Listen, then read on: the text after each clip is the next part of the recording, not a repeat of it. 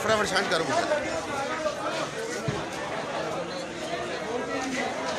मुझे कंट्रोल हो सकती है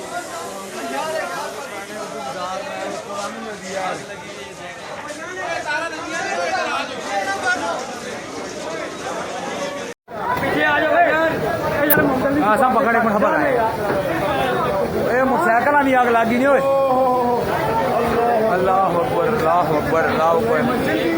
ये देखे जी उर्दू बाजार में आग लग गई। उर्दू बाजार में पीछे आ जाओ यार सब पकड़े खबर है मोटरसाइकिल भी आग लगी नहीं होए अल्लाह अकबर अल्लाह अकबर अल्लाह अकबर।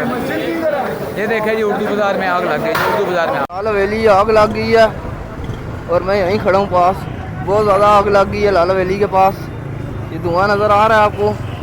ये आज की वीडियो अभी की ताज़ी ये मैं भेज रहा हूँ आपको लाल हवेली के पास किसी।